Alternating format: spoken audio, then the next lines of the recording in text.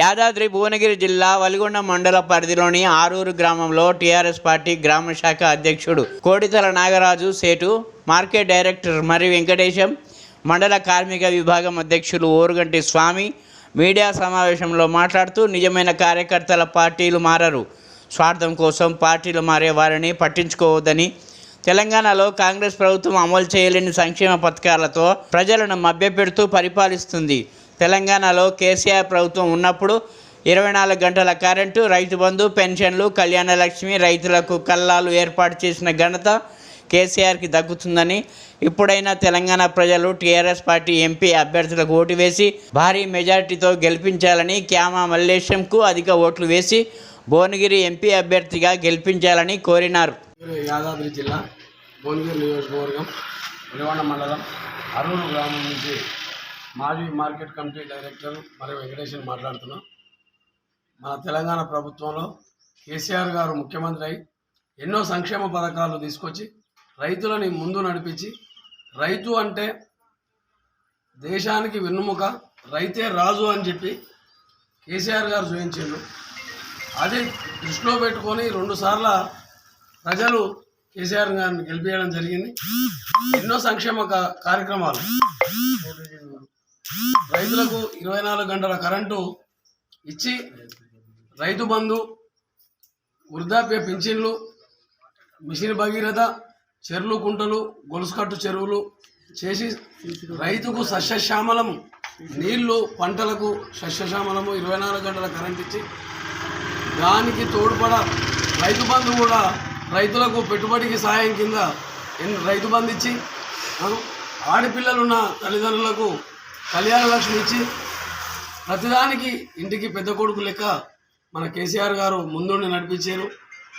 దానికి మనము ఇప్పుడు పార్లమెంటు ఎలక్షన్లలో క్యామ మల్లేశం గారు, మన అన్న దళిత బీసీ బిడ్డ, మనం బీసీ బిడ్డని గెలిపించుకోవాలని కేసీఆర్ గారి మాట మేరకు కేసీఆర్ గారు చేసిన సంక్షేమం పనులను దృష్టిలో పెట్టుకొని ఇప్పుడు వచ్చిన ప్రభుత్వం మనకు 2 నెలలనే మీరు ఇప్పుడు పోయి మీ బ్యాంకులో రుణం కట్టుకోరి, ఇప్పుడు ఎమ్మటే 2 లక్షల రూపాయలు తెచ్చుకోరి, 2 లక్షల రూపాయలు తెచ్చుకుంటే ఎమ్మటే నేను ఎక్కిన తెల్లారి లేదు మర్నాడు నేను ఫైల్ మీద సంతకం పెడతా, మీకు 2 లక్షల రూపాయలు మాఫీ అని చెప్పిండు. ఎన్నో చెప్పిండు, అన్ని పిట్టకథలు చెప్పి ఇవాళ అధికారంలోకి వచ్చి కనీసం రైతులను పట్టించుకునే పరిస్థితి లేదు. క్వింటాలకు 500 రూపాయలు ఇస్తాడు.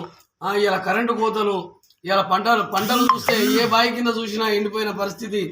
అలాంటిది ఈ కాంగ్రెస్ గవర్నమెంట్ ఏం చేయదు అని చెప్పి మన ఎంపీ అభ్యర్థిని క్యామ మల్లేశ గారిని గెలిపించుకొని మనం పార్లమెంటుకు పంపిస్తే మన రైతులనే కాదు ప్రతి గ్రామము ఆర్థికంగా డెవలప్ అవుతుంది. ముందుండి మన టీఆర్ఎస్ బీఆర్ఎస్ పార్టీ అధికారంలోకి మళ్ళీ ఉంచుకుంటుందని చెప్పి మన కేసీఆర్ గారు ముందుండి ప్రజలందరినీ నడిపిస్తాడని చెప్పి నేను కోరుకుంటూ క్యామ మల్లేశ గారిని గెలిపించాలని. జై తెలంగాణ, జై తెలంగాణ. ఇక్కడ మాది వలిగొండ మండలం అరూరు గ్రామము. మా గ్రామ శాఖ అధ్యక్షులు కోడితల నాగరాజు, ఇక్కడ మార్కెట్ కమిటీ డైరెక్టరు మరి వెంకటేశం, సీనియర్ నాయకులు జెపి శ్రీనివాస్ గారు, ఇక్కడ వార్డు మెంబర్లు నాగరాజు, నాగేష్ ప్లస్ బండ నరేష్. మేము చెప్పేది ఒకటే సార్, ఈ రోజున పోయిన ప్రభుత్వం ఏ విధంగా పరిపాలన చేసింది కేసీఆర్ ఆధ్వర్యంలో, ఇప్పుడు వచ్చిన 4 నెలల్లో కాంగ్రెస్ గవర్నమెంట్ ఏ విధంగా పరిపాలిస్తుందని కొంత జనానికి తెలిసి వచ్చింది. దీనికి మా కాన్స్టిట్యున్సీలో మా ఎమ్మెల్యే గారు పైలశేఖర్ రెడ్డి గారు ఎన్నో కార్యక్రమాలు చేసినాడు. అరూరులో మాత్రం సీసీ రోడ్లు కానీ, లేని వాళ్ళకు ఎంతోమందికి చదువు చెప్పించినాడు. అలాగే ఎంతోమందికి సేవా దృక్పథంతో సాయం చేసిన గుణాలు ఉన్నాయి. అలాగే ఇక్కడ జరుగుతున్న ఏదో మార్పులు చేర్పులు, అవకాశవాద రాజకీయంగా మనకు ఇక్కడ నుంచి ఎంతోమంది పోతుర్రు వస్తుర్రు. వాళ్ళు పోయినా మా పార్టీకి వచ్చిన నష్టం ఏం లేదు. మేము మా యూత్ పిల్లలు మేము కలిసి బలంగా ఉన్నాం.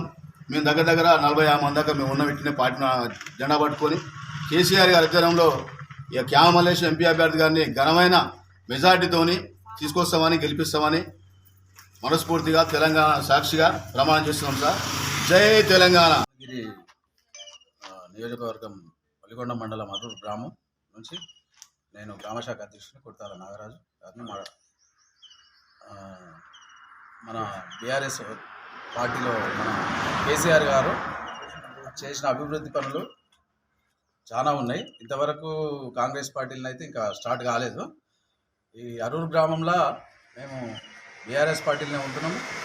మేము అభివృద్ధి పనులు చేసినవి చాలా ఉన్నాయి. రేపు మన ఎంపీగా పోటీ చేస్తున్న రామ మల్లేష్ గారికి మీ అందరూ కూడా ఓటేసి అధిక మెజార్టీతోటి గెలిపించాలని అరూరు గ్రామ ప్రజల్ని నేను కోరుకుంటున్నాను.